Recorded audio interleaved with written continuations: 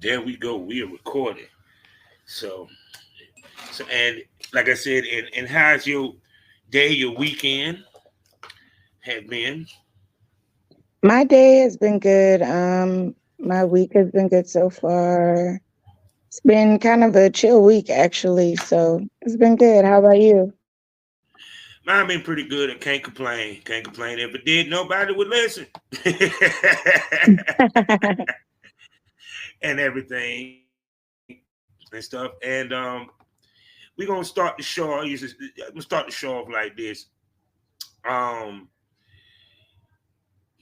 First of all, you thinking you sexy in the mud, boo, for real. Thank you. And everything. And for you, what's the one thing you love about being in this business? Let's begin there. I would say I love being able to have a flexible schedule.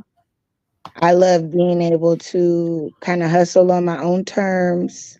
Mm-hmm. Um, I would say I learned a lot about business being in this industry. I continue to learn a lot about business and digital marketing. Um, and also, I think I learned a lot about just entrepreneurship and the internet. So those are all great things that I'd say I learned since I've been involved. Most definitely. And like I said, I've seen how long you been in the business so far? I originally started out as a talent for hire at 18 under the Okay. stage name Deziree Monroe. And I shot for a bunch of like big amateur companies at the time, Okay. Exploited Okay. Black Teens, ATK Exotics. And so when I started at that time, I came in as like I said, just a talent for hire. I've seen the transition and I took different breaks from the industry. And Mm-hmm. then I just am returning back this year after it's been like a few years, because Yeah. I've always lived life and, porn has been always kind of a hustle for me and a fun hobby rather than like kind of my life revolving around it, you know? Oh yeah. And see what's interesting is I remember that name. See, because I knew you looked familiar to dig. I was like, wait a second, she looked familiar. It's like I've seen her before. Period, and everything. And I noticed that a lot of the old heads and people that came out in the early 2000s, right? They are coming back. I saw that Junior St. Cox, he made a return. I recently, well, a couple months ago, talked to y'all. Go check out the interview, Miss Nikita Nipples, who I remember her from back in the day. And why do you think Mhm. a lot of the people from back in the day are now coming back to the business? Is it because now that they understand the power of owning your own content? I think that is definitely one of the reasons why. I mean, so I don't know if you remember, but at the time when I got in the industry, I'd say the number one like independent clip site was Clips for Sale, which like Yes. now that's kind of like funny because it's like they still exist and you can still have buyers on there, Yeah. but it's not the top at all, you know. But like I hit for my first 30K, but that was over the course of a couple years back in like what it was around the pandemic, so Yeah. 2019, 2020. But the Mm. point is, I was like, it was a time. It's always up and down for me with the content creation thing, and I'm mostly my brand as a solo performer. And if I Mm. bring people in, they can add to or whatever. But I push myself as the main focus. So I feel like when I personally came back to it, I was like, okay, I hit for this money. It was cool to live off of, and I also feel like there's people getting paid off of stuff I shot at 18 now, and I'm perfectly okay with that because I had no problem signing my rights, and doing my Yeah. 2257. Everything was up on the up and up. But what I'm saying is, why would I not benefit off of the way that I look and how much I take care of myself or whatever the hell? Why would I not benefit years and years later? Yeah. Because no, I remember it was, I can't remember the exact year. I went to the exact in Miami. I had the pleasure of talking to the legendary Cherokee Diaz. It was right before she started Cherokee Fetish. and she already had CherokeeDiaz.com. And I remember she said it. She said, I had shot, I forgot how many. She said she had shot over 100 scenes. And she has no money from all this. And people are still making money off her years later.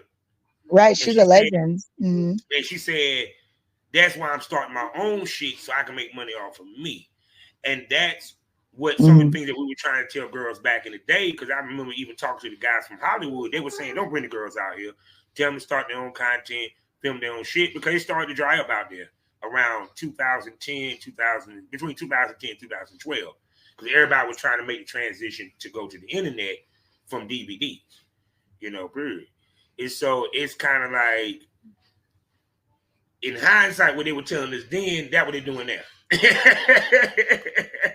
Yeah, it was really visionary for Cherokee and all the really major, I'd say, huge stars of that time, to Pinky, all of the ones that I can think of, even the male stars, any of them that branched out and did their thing with creating content really early in their websites. That was amazing, and I bet they're doing great now too.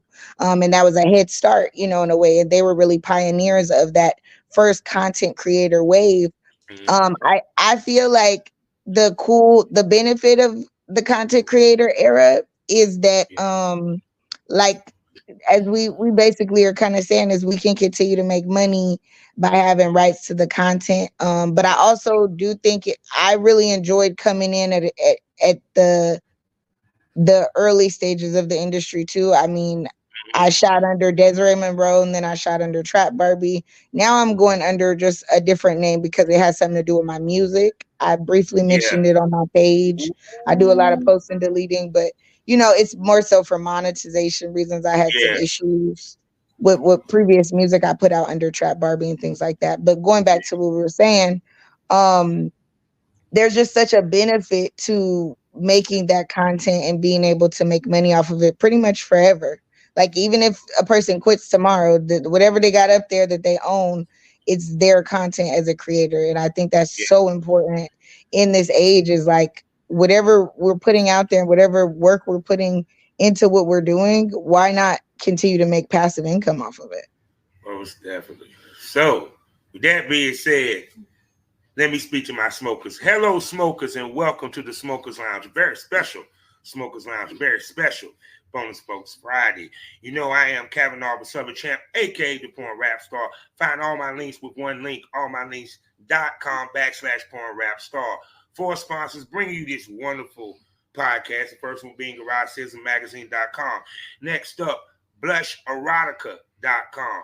And for you candle lovers, the Kinky Candle Company on Etsy, link in the description. And for your legal needs, check out the lovely and beautiful Queen of Law herself, Mitchell Ferrari. Link is in the description. Also, you can find me 5 days out the week in the mornings at fullswatradio.com. Also, catch me at SkyHawkAfterDarkTV.com, as well as the BGP LLC app. Now, as y'all guys can hear, and I do remember that booty. I do remember that face. I do remember that name. She was one of the freakies. I remember watching her on a whole bunch of shit. And now she is here to tell you about her experience. That big booty, that sexy smile. And I'm going to shut up and let her introduce herself. Go ahead, baby. Hey, it's me. I'm Winter, also known as Deziree Monroe, way back in the day, 10 years ago, in Trap Barbie in the porn world. I appreciate being here today on Smokers Podcast, and I'm happy to be here and talk about the industry. Yes, because it is funny. She said Deziree Monroe. I said, wait a second. Damn, I'm talking to a legend over this motherfucker. You did some work back in the day. Stop playing. We give our roses here. We give our roses here on the Smokers Lounge. You did work back in the day, babe. I really do feel thankful that I came in that last wave of traditional porn girls, because I feel like, I got to talk to some legends and they all gave me game. Like, not like that, but when you talk to people that have been just in something and they're wise, they literally can talk to you for 5 minutes and tell you $10,000 worth of game, $100,000 worth of game. And I got to sit at tables with really legendary people in the industry and be directed by them. And it was truly a great experience to talk to those people and get to know them. Everybody I shot with early under that name, I have nothing but positive things to say about. Mhm. I shot for TT Boy. I got to meet Aiden Starr. She was a Yeah. sweetheart. And Glenn King. They were both very kind. I got to shoot, like I said, when Angel had Exploited Black Teens up, that was an Yeah. awesome website. It was fun. We Mhm. did sake bombs. It was a great entry into the industry. And Yeah. I've been to Adult Con, I've been to XRCO like awards. Just a lot of cool stuff. I'm not super active as far as like the networking and stuff within the community, but I love the diversity in the space now. I love that more people are coming into the industry, and I love the different body types and Yeah. ages and skin colors and everything are more accepted. Because when I came in, one thing I will say, even down to like weight, and you've seen my weight fluctuate since I started, 10 years ago, but it was a lot of things were very different. So I love to see that diversity, and I do think that's positive and empowering for everybody involved in the space now. Yeah, because with TT Boy, I mean, he shot BB Dubs, but then it was about the genre DVDs, the BBW DVD, the Big Booty DVD, the anal DVDs. It because that's when genre became real big. Then, period. And Yeah, as I wasn't shooting BBW content when I was under yeah, Desiree Monroe. I I know you wasn't. won't. I I was. know you won't. I'm a BBW right now, but back then I was a No, you slim still thick. down. I can't even call you BBW, baby. You're thick. You're just a little thicker than what you were back in the day. But you I ain't got a BBW. a little extra padding, keep you warm Yeah. during winter. Yeah, no, you was the big booty girl. You was with the Pinky, the Cherokee, the Bonnie Blazes. You get what I'm saying? The Miss Cleos. That who you was classified with. You It feel what was I'm we saying? was all the big booty, little waist. It was like an era where like all the black women in porn at that time, you and I started natural. Now I Yeah. have had enhancements, but I started natural. You had to have the little waist, and you had to have some hips and booty. Yes, That man. was Yeah, the recipe if you wanted to be black, and you had to have a cute face. And I, like I said, when I look at the women that also inspired me, and I seen their scenes, and I seen how they was killing it, going from, like I said, Cherokee, Pinky, Asa, Akira, shit, there's so many that I can think of. I can't even name off the top of my head, but just amazing performers that I can think back of, like really set the tone of like, okay, they came and they conquered. And every time I'm in this space, I want to come and I want to make friends, but I also want to set an impression and also leave a good impact in the community that I'm a part of, you oh know? yeah. So now, before we go into the time machine, why do you decide to change your name? Because it from the school of logic that we came from, which your name, you get what I'm saying, was money as much as your face. Period. And I know Right. that you had fans from back in the day that remember you. You get what I'm coming from. So what made you decide to change your name? Okay, so the first name change thing that I did had to do with the fact that I got my breast done and Okay. I gained weight, and I gained a substantial amount of weight, maybe about 30, 40 pounds. And, like we were talking about back then, Yeah. weight was way more important, especially as a talent for hire. So I'm coming Mm-hmm. back in kind of in a mid space, like years from after my first big break, doing well on those sites I started out in. And then I also, like, physically, body wise, look a little different, even though I've never touched my face surgically. Mm-hmm. And so I decided, okay, I'm gonna come back under Trap Barbie because I'm thicker now. I got fake titties. I got more I tattoos. remember that too. It's like a lot going on different now. I have like I said, I just was thicker and I had more Yeah. tattoos. So I was like, okay, this might be good. And also I felt like it was like leaving out of the talent for hire era. I felt like it wasn't like super important for me to keep the Desiree Monroe name. And it Mm-hmm. had been years that had transpired. So then when I came back from that, and like I said, I had no issue keeping Trap Barbie as my stage name or nothing. Mm-hmm. But I had, some music issues that I won't go into too much of bashing nobody or whatever. But I had a distribution deal kind of went sour as far as the results and keeping in Mhm. contact with my earnings. And so I was like, Yeah. nah, I'm not about to put effort into rebuilding a brand and stuff. And then I have these issues. And also I had a divorce that, a lot of people Ooh. don't know, but I was in an open marriage off, then the internet didn't know nothing about for 5 years. And once Mhm. I got that divorce, I lost access to my old Instagram, real Trap Barbie music. Mhm. It still has over 200K. They're all real followers. So I was like, whatever I do now, I'm gonna make sure that nobody have access or is gaining off my shit because I put in real work. Mhm. Like it's a lot, and I know, and every other content creator knows it's a lot of work that has nothing to do with starting that camera and Yeah. filming that content that is hours and hours of a day. Yeah. So yeah, I was like, nobody benefiting off my shit because I really never had no agency or management or nothing. I've been doing this shit from scratch from the beginning. So Yeah. Oh, trust and believe, I do music too, babe. So I know what you were talking about with the distribution deal and all that. Trust me, yeah, I know. I was Percentages like, is the bitch. not a penny off Percentages of is me the coming bitch. your way. Yeah. Yeah. Percentages is a bitch, and in the streaming area is really a bitch now. Woof. Woof. Yeah, I think the way to go is indie, but I mean, Yeah. who am I? Like I said, I'm small when it comes to music. I'm even less impactful in music than I am in the adult industry. I'm not that seasoned in it, but what I can Yeah. say is that from what I've seen, it if you can the more you can do yourself, the better. Yeah. In this era, because it's not a lot of people are still getting the deals and all that, and still involved in streets and all kind of other activities trying to keep up a lifestyle because it's really not paying what it looked like. Yeah. But see, the thing about it is that's the whole allure. It's kind of like, even with, like, shout out to my man, Mr. Mysterious, or what have you. He fuses the music with the porn. You get what I'm saying? And in many ways, I was going to do that too if I ever got a chance to shoot a music video of any kind. You feel me? Um, but to Oh no, me, that's great. But I yeah, meant like doing stuff that's getting people arrested and then they still got the yeah. Oh deal. no, Like no, at no, no. that point, you're trying to keep up a lifestyle because maybe the music is Yeah, really not paying that much. It's we yeah, we know on the back end it's cents yeah. on I the know. dollar. Oh So you yeah. get 1 million streams, you still ain't got $1 million. Hell no.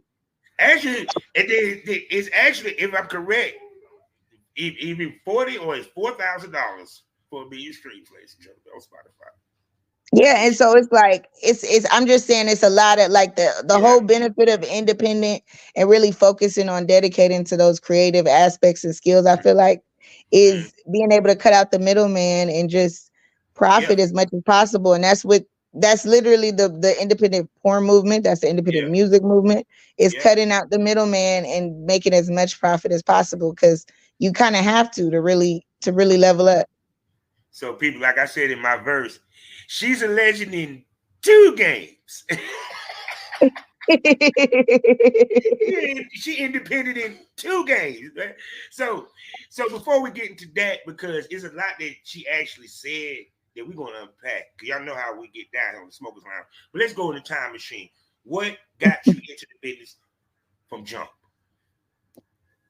Oh wow, this is a funny story, kind of. Not really, but okay, we want to start off with money. It was the main reason. Oh, yeah. Funds. I needed some money and I was 18. I was on my own. So that Mm-hmm. was a huge part of it. And then I will also say I I had done modeling around that time. I started modeling and things like that. So I think I already like at I would get compliments and I met like kind of older, Mm-hmm. men and things like that. Like it was something that just would automatically happen. Like it's always happened for me. And Mm-hmm. so at this point in time, I was doing tantric massage or whatever. And Mm-hmm. somebody contacted me off of a tantric massage advertisement. And the rest was kind of history. They ended up placing me in my first shoot. I got rebooked by ATK Exotics. Then people just start reaching out to me on my original Twitter, and it just kind You of was said a snowball effect. ATK Exotic. God dang, I remember that name. It was actually really big at that time, and it Yes, was it was. it was Yeah. it was a good site, honestly, and it was great. I mean, it was 500 same And day for a actually, one of the solo shoot. first, let's make this clear, one of the first porn sites on the net. It's one of the Wow, first. I didn't know that. It was one of the first ones actually to that level at, because you got to think those companies then they weren't thinking about the internet. It was about DVDs, DVD, Mm. DVDs, covers of DVDs. Mhm. You feel me? So now, so people can understand, porn was different. This ain't no content era. Back then, if you said content trade, she'll say to you exactly these words: "I don't fuck for free." Because that was considered content back then. Trust me, I done heard it enough at that time frame. I don't fuck for free. Okay. So it was about getting paid. Getting on the cover DVDs, getting on the cover magazines. So let's talk about the shoe. All right. We're about to unpack this shoe a little bit. See as much as you can remember. Okay. Paint the picture of what it was like to go on set. You know what I'm saying? Your interaction with the producer, your interaction with the talent. Because what people don't understand with content trade, we have a choice of who the hell we fuck on that camera. When you come to pay gig, you have no choice. You don't know who the hell you fucking, and you might not even find the fucker cute. Right. Like it was very much so, hi, I'm such and such. At that time, I was going under Deziree Monroe and we're about to have sex. What are your do's or don'ts? Like that was literally, and not like that, but pre-booking, Yeah. those things were already established then. Like most of the time they're established now. So you just, hi, we're about to hook up, basically. You're about to, and that was low-key the introduction. But this is a fun question. You have really good questions, and I'm really happy you invited me on here, Point Rap Star. I appreciate Thank you, the thank you, thank opportunity because this is really fun. I'm actually enjoying myself a lot. It was a lot. I don't know how to describe, but I guess compared to now, because I have done a couple content trips throughout the year, it was like I feel like it was like more like showing up to an acting set almost. Like, you. you Yeah. know, there was wardrobe, there was a rack, there Mm-hmm. was lighting, there was a director. Sometimes there were two directors. For ATK, there was a camera person and a videographer. They so happened to be a couple. They were really sweet people. We were at a really nice location. I I remember when I shot for TT Boy, one of the scenes I shot for him when he was doing evasive angles, he had a mansion rented out in the valley. There's a wardrobe room. Yes. There's a director there. There's a editing office. Like there was a lot of different. There was. I mean, I even when I met TT Boy, I came to an office and we had a conversation prior to me being hired. It was like a totally different process. So I feel like it was more entertainment industry adjacent regarding like acting or dancing or anything like that, because it was like you're showing up on a set and it's like, okay, sometimes there was a makeup artist there. I've had my makeup done, included in the shoot. You know, it was like a different thing. A oil Oh, person, like some random jobs. It was always a booty oiler somewhere. oh, and there was pretty girl pictures. Yes, pretty girl pictures, ladies and gentlemen. You always took the pretty girl picture. That's the picture of you in the freaking outfit, tits, all that shit. You posing in them fucking heels.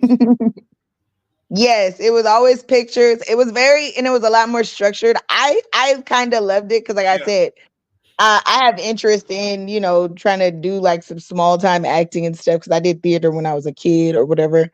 But like I have interest in wanting to do some small acting nowadays or something like that, like take a class or something or just theater or something fun. But I really liked that the way that was ran, and I also kind of liked it took a lot of pressure off the models too, because Mm. like everything was kind of figured out. You just showed up and it was kind of like, so the benefit was the environment, I'd say, and kind of like the perks. There were a lot more different perks that I feel like were included, but the benefits now are like the money can be earned for however long, wherever. But I loved it. I think it was a great experience and it was fun. And like I said, Vivid Radio was probably one of my favorite early adult industry experiences. Word. I don't even know if it's still is Vivid Radio still a thing? I don't I know, don't know but if I went Bibby to the is still a studio. thing at this point in time. Because I ain't heard nothing from Bibby. She and they Yeah, used to but get like the real big dogs. at that Yeah. time, I think it was like Mary Carey had a show on there. It was a lot of big, like I said, I met Aiden Starr and Glenn Keane. They're like legends in the industry. It was on their show. It was just a lot of cool people. And I remember Aiden Starr told me, she was like, don't get your titties done. It's not gonna make you more money. And I don't think it necessarily made me more money. I don't think it made me less, but I don't think it made me more either. So I feel like she was giving me good advice. So it's just little Yeah, conversations. And then TT Boy told me about, different aspects of him being kind of a legend and pioneer in filming and stuff. There's yeah. conversations I've had off camera where like, or even off the air, where it's like, wow, these are things that like, even in my mind or even advice I might give somebody new today, I still hold true. And I think they were very important, informative, and in me developing and who I wanted to It's it be too, the as I fact that grew in the TT Boy, industry. him being a legend and he giving you knowledge. See, that what these people don't understand this day and age. You talk to the legends. If they'll give Right. you knowledge that you wouldn't even believe. That old school shit that still work to today. Yeah, there's wisdom, like just because certain things change, like the game changes, but the players change, but the game really doesn't in so many ways. It's a lot of that wisdom that people have, whether it's early performers, directors, anybody in any industry. And I even feel that way when it comes to music or anything. I'm very what do you call it? Learning and like kind of a person that absorbs. But Mm-hmm. it's always benefits to listening to people who really have that wisdom and have really done the same things that you want to do or close to it. It can never hurt, and I've only seen it in my experience. I feel like it's been helpful, even from women I've danced with that were Mm-hmm. the top earning ones in the club, and they're like, "Oh, well, shit, da da da." And I know they're the ones that they're not even doing extras, they're not doing this and that, but they could tell me something about holding a conversation that I didn't even think about. So it's like a lot of receptivity. I feel like has been lost in this day and age Mm-hmm. because people feel like I can do it overnight, I can do it myself, but things are Well, not being sustained. because You know. they're trying to do the Kim Kardashian business plan, the sex tape plan. That's what it is. Because no, actually, people who are just watching this, go over to the Premium Smoke Room, check out Porn Killer, my Porn Killer series, episode 3, the sex tape of all sex tape, where I break down how Kim Kardashian and Ray J destroyed our business. But I digress. I get off of that. Let's get back here. Now, the thing to me is, with you ladies, the key to money then was to stay booked. Right. Period. So how did you stay booked with the shoots? Because what people gotta understand too is this. They be about to keep it 100. I sent girls to TT Boy. I know how TT Boy works. I know if you ain't acting right, you don't handle right, you don't perform right on that fucking goddamn studio, he will cuss your ass out of Spanish and send your ass home with no money. The producers back He's then very was no like that. nonsense. But he's a Yes. good businessman. I think that's why Yeah. he survived in the industry for so long, is because he's very no nonsense. And that's something I really actually like in people, is like, you don't have to be what do I say? You don't have to be talking to me like tulip, like we walking through a tulip in Lilyfield or some shit. Like, just say it. But I didn't have any bad experience at all, or any reprimanding or anything from him. I worked for TT Because Boy she was good on twice. camera. Yeah, I worked for him twice, and I was also respectful too. Like I said, if somebody says, "Oh, this is not the right pose," or "I don't think that looked good," there's a lot of people coming into this kind of thing, and because there's no gatekeeping or line of entry anymore, they're Yeah. super sensitive.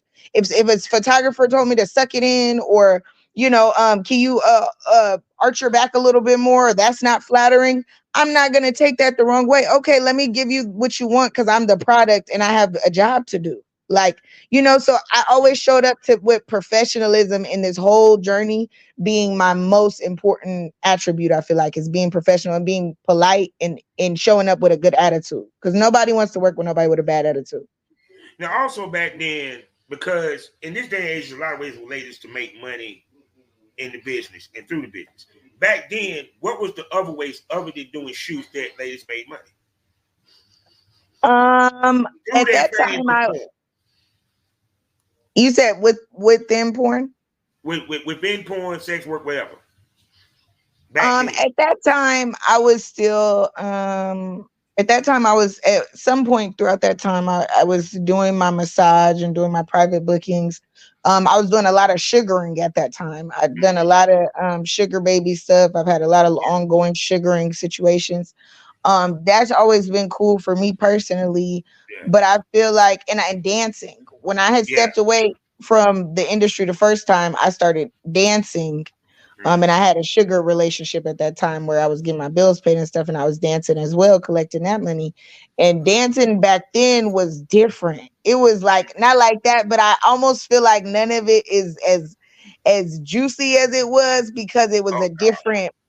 a different level too of like supply and demand and everything. But like it Well, was think about it because you now I can see the chick before the club. You get me? Versus yes, I can only yes. see her at the club.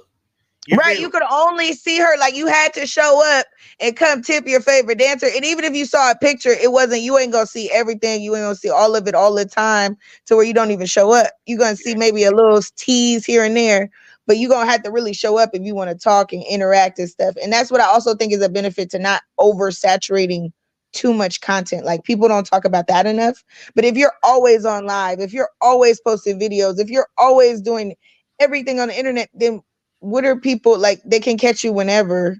It's not like a rarity, you know. and, Mm-hmm. and and and also if you do anything in person that you try to get people from the internet, they can be like, well, I could just see you on the internet. So I think there's a benefit and balance of how much content is being put out as well. Yeah, because I said this era devalued the porn star, and what people don't understand, and you can speak to this, when people saw you back in the day, the look is different than it is today. Porn stars, they looked at you as stars. Mm-hmm. Stars. Let's keep it 100. Like people don't realize how when Pinky walk in the club, the look that she get compared to today. Even though yeah, it's older, where or the girl that might be Pinky level. You get what I'm saying? Mm-hmm. We had a Yeah. mystique. We had a mystique about us that it made us somewhat pseudo celebrity. Not like now. You feel me? How do we end up losing that?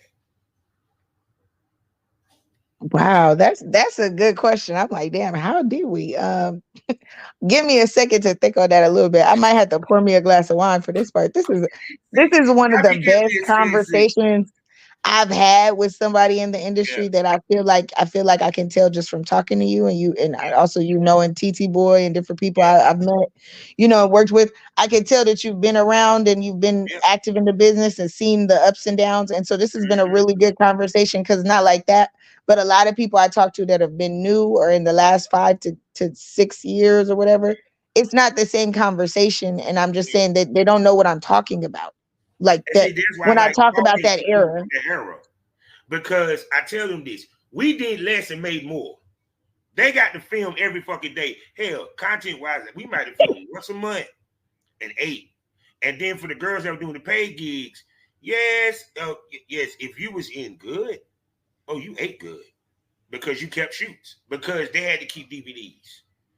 They had, Mhm. they had to keep DVDs because they had distribution And we deals. were held to a different caliber. That was the Yeah, most heavy thing that I heard you say is like the caliber was different. And I don't feel like there's one reason why the caliber is more or less. I don't know why that's changed.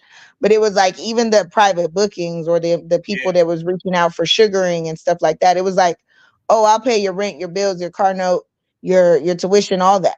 It was a different like thing. It wasn't like, oh, and I think that it's just what can be taken from that era is also like the some of the things as far as like lighting production. Like that's something that like I'm interested in producing people at some point to have a mm-hmm. even more passive income. And like that's one of the benefits of like when people really look at the early 2000s, amateur or not, like the lighting was good, the space was clean, the hair and the nails were done, even if it was natural or manicure or in a whatever.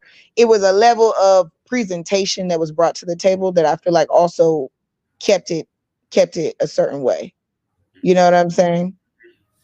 Oh yeah, for sure, for sure. So now after we done moved forward, is now what got you back in it?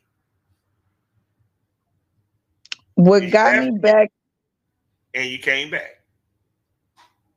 what got me back into the industry was I never really like left. I left filming Mm-hmm. because I was in the process of wanting to um I feel Oh, like so at you were that just time I expecting your was brand would be that time frame, basically. That what you would do.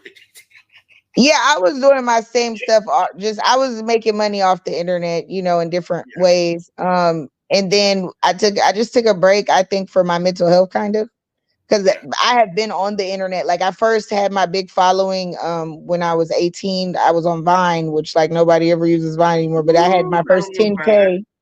Yeah, I had my first 10K on there. So, and then on Instagram and all that stuff. So I feel like I needed a break too from constantly being on the internet. And now the way that I've come back, I have like boundaries on how long I'm spending on the internet, what I'm consuming, what I'm listening to, how I'm balancing that out with like positive shit, like an audiobook or a regular, just silly comedy show or like I came back with different boundaries because I did go through different stuff, and some of it was actually on my old Instagram and some of it was public and vulnerable, and it was not cute and all that, but it was just really me having like kind of a moment where I think even though I'm not on no huge scale, being in the limelight for so long, I've gotten threats, insults. It's not really threats like violent threats, but just like Yeah, threats about like just vile things people say, and dealing with that on a large scale over like the course of 10 years, and even prior, a little bit before that, like I say around like 7 years into it, I had like kind of a break, and I had to take a break. I went and started going back to therapy and stuff like that, doing a lot of journaling and exercise, and now I'm returning back, I feel, with a different perspective, more openness to kind of what I want to do in this era of my porn career, and what kind of community, even for me starting my little shout out or like for like or whatever kind of group, that's just to have something where I'm kind of giving back or whatever, and I want to try to do more stuff. I want to maybe have different people featured on some of my collabs, or different duets that I do with different people. I just want to try to incorporate myself more in the community and be a little bit more helpful, since I have been around for a while, and give any advice in my community or whatever I can, or on my page. But I also feel like I don't like to offer too much advice or talk too much about that time period, because I feel like it's a weird energy surrounding a lot of performers who didn't come in that era, and like people thinking it's an egotistical thing. yeah. It just be so much sensitive shit these days. Like honestly, everybody's a little sensitive for me. Yeah, man. This generation is this. People, the smokers know how I feel about the generation. They know They how I feel whine about. about everything. Oh my God, dude. I don't even want to go that deep. Yeah. See, we're gonna say that on the smoke room. We're gonna really chop it up for y'all, but y'all got to pay to hear that conversation. We'll get to that in a second. So now you said that you really focus more with your solos, right? Um Yes. now you went from, and understand this, people, you went from shooting with top dicks and all of porn to now doing solos. Now I do understand. I discuss solo content and everything. It not as easy as they think. It's it's a different type of difficulty. Yes, it's very different to promote mostly solo content. You're absolutely right. No, I no, feel like it's to totally film different. it, just filming it, because y'all got to catch the angles and position your body at the same time. Work to do it. God forbid if your ass want to try to use a fuck machine. I digress. I had that conversation with a female. So, because now when people look at it, they think you just did it. It's easy. No different than like when they look at us do porn, they think we just walk on set and fuck. It ain't no warm up. It just go. You feel what I'm saying? So to them, even with solos, from talking to ladies and me being doing a male solo myself, it's not easy. That's actually pretty decently tough. Yeah, I think it's tough, and I also think it's a work to captivate and sustain a buyer's audience by being just a solo performer is a lot different. Yeah. I definitely feel like you had to have a little bit of personality you got to bring. You got to have a little bit of like, interest, safe for work interest that you're putting out there. You got to build a relationship with your people, because I mean, not like that, but you're not doing the most. You're not going above and beyond to get the views. So you Mhm. have to be kind of like basically selling who you are and your experience and your individual content and what you bring to the table. And I feel like captivating as a solo performer is not better or worse, but I definitely feel like it's just different because I feel like it's a lot easier for people to want to watch and buy a blowjob video from advertising those myself too. Because like I said, I've hopped in a couple content trades. So, it's a lot easier to get people to look at or want to buy a blowjob video just because it's like porn, it's free porn, than, oh, just see you by yourself. But if you can captivate people doing that and if you can market yourself successfully as a solo artist, then also I feel like as you go throughout your career, everybody you collab with, you're an asset to them and they're an asset to you, but you're never depending on any one person or any content partnership or Mhm. otherwise to sustain your career, which I feel like is really important because you never know what's going to happen. Now, smokers, I'm about to have fun with these next set of questions. So buckle up. Now, you a lady that has been around for a minute. You a shot with the best of the best. I know you have guys hit you up about content trade. And I always ask lady this. What do a guy have to bring to the table for you to sit here and say, I will do content trade with you? 'Cause I know it ain't just he chew bubblegum and have a big dick. Especially for you, because we understand what a man has to do when he's on camera. He has to be the engineer. He has to put you in position to look good in front of that camera. So go. I think for me, I've worked with different level of creators. As far as collabs, I've worked with a lot of people. That they probably still have this stuff, but like I said, I've been on and off the internet. It's fine, but I feel like when it comes to, I worked with Black Star. I don't know if he's still shooting or not. Honestly, I don't keep in contact with people. So after we shoot, we sign everything away. I don't know, but I worked with him, and then I worked with somebody at the time who I was like their first scene, and they ended up making a big company. It went by Booby University, but prior to that, they literally, I think he made a big splash. But at that time, Oh, okay, I haven't okay. been able to see him online. I don't know if he's still out there. Not my Oh business. no, Like I no, said, I have no, no, nothing no. bad to say Shouts about out to anybody. Finney. Shouts out to Finney. Yes, he's out there very strong. Okay, I He's didn't know if he nominated. was still producing because I just, like I Oh, said, hey, with he's it from. nominated. He's nominated. Actually, I think he won an award or two. Finney Oh, killing that's it. great. But I was just saying, like, I was one of his early scenes. So from Black Star, Pablo Yeah. Punisher, like I've shot with a lot of people who also, I don't know if they're nominated or not, but I just know that they had a following that was bigger at that time when I shot with them from where when I shot with him. So it wasn't about like anything bad or anything. I'm just saying that Yeah, yeah, yeah. I don't know if that I No, got lost because but that I got confused shows about your the lineage in nomination. the game, though. That shows your lineage in the game because you kind of help give somebody a start. You feel me? Yeah, it Because was just I go don't ahead. even know if any of our stuff's still up or nothing. I'm not like saying, but I'm just saying it depends on the person. Like the reason I brought that up and those references is at the time when I shot with all those different people, they were all at different places and it depends on the person. And to me, it also depends on how dedicated they are to making good content. Cause I don't want to shoot something that makes me look shitty and lessens whatever brand that I've built, whether that's like a mid brand, sometimes it's high production or not. It's certain stuff I just won't shoot. Like if I'm looking too crazy or if my lighting is fucked up, I wait till my ring light comes. You get what I'm saying? Like not like that, but like if I'm gonna do a collab, I want it to make me look best as possible, especially since I'm not getting paid up front. And I also want that person to accommodate me if I'm bringing buyers to what they're doing and they're like a new creator. And I feel like the attitude a lot of the times is very rushed. I had a great experience with him, with Finn when he was early in his career. I have nothing bad to say about anybody I've collabed with. Yeah. But moving forward, I just try to make that approach very clear about that being kind of problematic because I get a lot of DMs and people will DM me and they got, no buyers, no history of buyers, not like that. But yes, anybody can make an account. Yes, da da da. But are you selling? If I'm bringing the buyers to the equation and somebody want to be rude to me in my DMs, like what would be the incentive? I can have sex with a regular person with a better attitude. Now, for some of my And I don't smokers, even let me say this real quick. For some of my smokers, I know y'all hearing me saying, well, yeah, well, she's talking her shit. Well, if you think about it, she has a reason to talk her shit.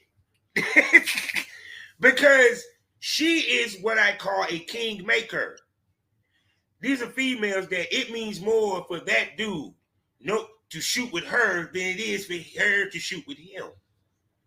Because you have that kind of a name. You feel what I'm saying? I tell females, know your worth as your career grows. And make your worth grow. Mm-hmm. You know what I'm saying? Period. Mm-hmm. So that, yeah, when it comes to your content trade, by the time year 3, year 4, that circle done shrunk. Because you want to become more exclusive. But of course, you got to work with other people. You feel what I'm saying? So that's the reason why, yeah, females should always have variety with their content, like I said, and expand their brand, which you do. Yes, and I feel like as I've been talking to you, I hear that a lot about your career and your involvement in the industry behind the scenes and in front of the camera is you have a value that you're bringing, you have skill sets, you have platforms. Like anybody in this thing, like just as we was talking about with music, I feel like the two are so comparable. But Yeah. what is everybody bringing to the table? So it's like not like that, but like how you were talking about how TT Boyle says somebody with a bad attitude that don't want to do their job home.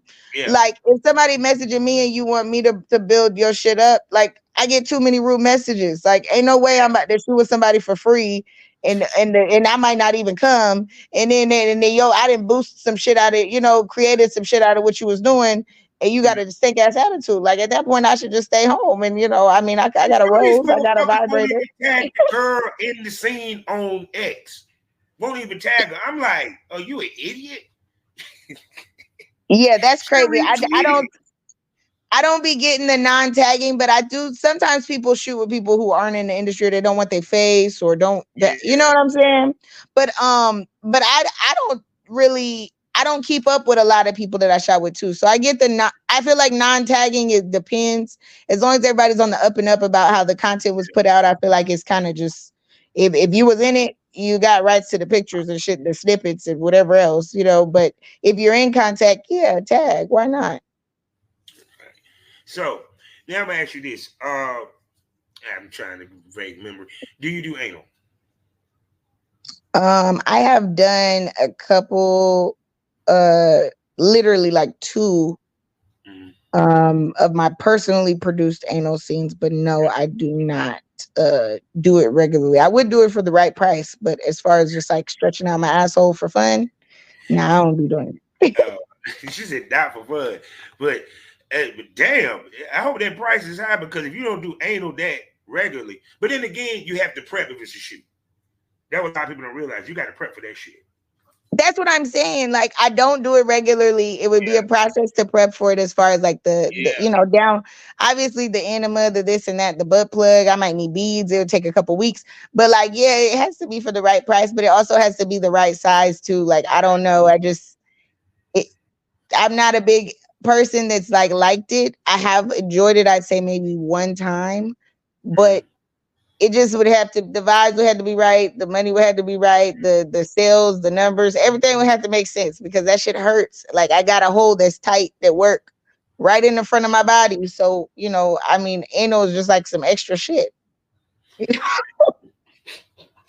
Yes, trust me, I haven't done them scenes. It's work. A lot of things have to go right for an anal scene. A lot. That's all I'm going to say about that. Would you ever or thought about doing or have done a gangbang? No, I have never done a gangbang, and I'm just gonna say no. Like low key, I probably am not ever gonna do a gangbang. It's not gonna happen. So, which now brings me to where I was going to. At the stage of your career, we know how this game is. It's becoming more extreme, more wild. The public sex, this, that, the third. I said this before. I remember a time where you didn't hardly see an anal scene. Actually, it was a rarity to see interracial, but I digress. But how do you say I'm going to stick this way, and I'm not going to jump and do what these motherfuckers over here is doing. You feel what I'm coming from? Because you have people that they're not into anal, but they'll do anal to try to get traction, traffic, algorithm, sales. You get what I'm coming from? Period. And it's something they really ain't into. You feel what I'm coming from? I mean, I think that's a really great question because, like, I feel like boundaries are not really talked about enough in sex workspaces, especially incentivized breaking of boundaries and shit. And even on a personal level, in just the sense of like, hey, I'm gonna shoot this even if this makes me uncomfortable. Da da da. I feel like if you stand for nothing, you'll fall for anything. I've always felt that way. We all heard that saying growing up and just around. And I feel like anything you go into, you have to have an idea of what you want your impression to be and what you want out there, because this stuff is gonna be out. Yeah. It's gonna be out there. It's not gonna. So if it's just the vanilla, if it's the kinkiest, if it's whether you go all the way into some shit like scat or other different types of fetishes, like it's gonna be out there and people are gonna be able to access the content. So like I feel like it may be temporarily beneficial, but also what's sustainable and what's respectable is when people stand for stuff, and have morals in whatever it is they do. So my moral compass doesn't have to be another person's moral compass, but I just hope that whoever gets in front of the camera stands on principles about what they're doing, and they stand behind wanting that out there for as long as it's going to be out there. Because realistically, once you sign 2257, it's Yeah. out there forever. And one of the benefits I could say that I truly never really thought about until recently is that I stand behind pretty much what I put out there. Almost all of it is just basic sex scenes, to be quite honest. Maybe two anal clips, and then one girl from way back when, and that's it. Like, and then rather than that, it's male female sex scenes. So it's like I stand behind that. I don't feel like I overly degraded myself, did anything other than what everybody else is doing in their bedroom with the camera off. So I just want everybody, male or female, it doesn't matter what they're what they want to do is fine, but just stand on that shit, because the money will come and go. There's other ways to make money. There's different sites. There's always a new way to make money in sex work with the internet. But if you challenge your boundaries, you kind of have to stand on that, whatever those may be, and whatever that may be. I mean, don't get it twisted. Porn does allow us the grace of discovery of sexuality. Period. But I always told girls this, even when I manage them, don't do nothing that you wouldn't do in your personal sex life. Because at the end of the day, you still want to look yourself in the mirror. Never be ashamed what you gotta do. My mama said that. Never be ashamed what you gotta do to feed your family.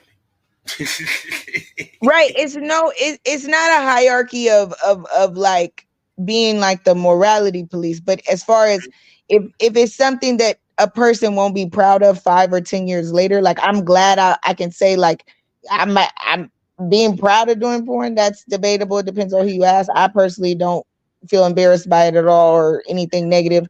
But as far as like, is there anything I've shot that I'm like, oh my God, I'm so embarrassed that's out, or now years later that I've grown as a woman, I don't want that out? No.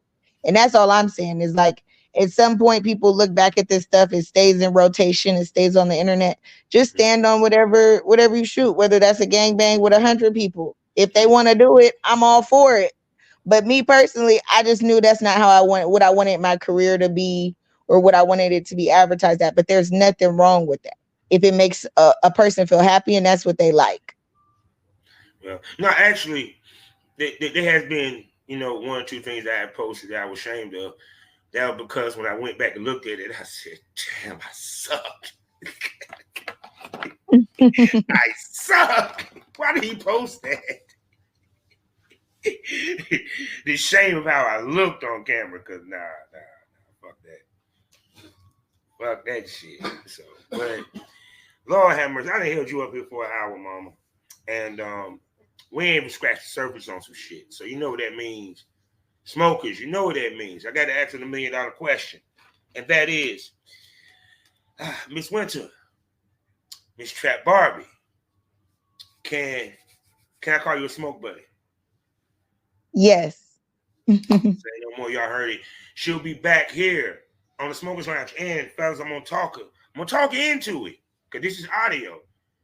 And her first video is probably gonna be there. That something tell me, but I'm gonna talk to come into the premium smoke room on Loyal Fans. Y'all know what it is. 5 premium podcasts for you to enjoy. 3 gorgeous hostesses that you'll fall in love with. And you know it gets more provocative, it gets more honest, it gets more real, it gets more raunchy, it gets more crazy, it gets more predictable. Tits might pop out, dildos might pop out. You don't know unless you subscribe. And also, you can check my workout over there in the video store. And I have a second way for you to get some good content. You always hear the lady side, where I got you covered, fellas. It's time to hear the male side. Savage Smoke, only for my Spotify listeners. That's right. I talk to the industry top male talent, male producers, and we give you that real smoke from a male perspective about this industry. And we don't sugarcoat nothing because that's what y'all paying for. I have Alfonso Lays. I didn't have my man Ty Lick. I didn't have my man goddamn Heck Tech. Yo, and many, many others. You know what I'm saying? I'm going to try to get John in that motherfucker if I can catch him. But anyway, check out that Savage Smoke. Plus, also over 300 back episodes of limited podcast series that I did, as well as episodes of the Premium Smoke podcast, which is in the Premium Smoke room, that is not on the Premium Smoke room, that's only there. So you got a lot to binge on. So with that being said, Miss Winter, tell everybody where they can find you and spend that good hard-earned money on you. Okay, so my Instagram and my YouTube is winners.interlude, and my Twitter is pretty Winter Dai. I appreciate the opportunity to be on the show, and I had a great time, like I said, and we'll definitely touch base again. So thank you so much. Oh, for sure. Yes. We want you to come back. So after I close this out, hold on, because I got to do the close out with you, mama, okay? Okay. That's how we do this, people. You know how we end this thing all day, every damn day. Life is a learning experience. What's the point of the experience if you haven't learned anything? Smoke this over. Miss Winter, say goodbye to the smokers. Goodbye.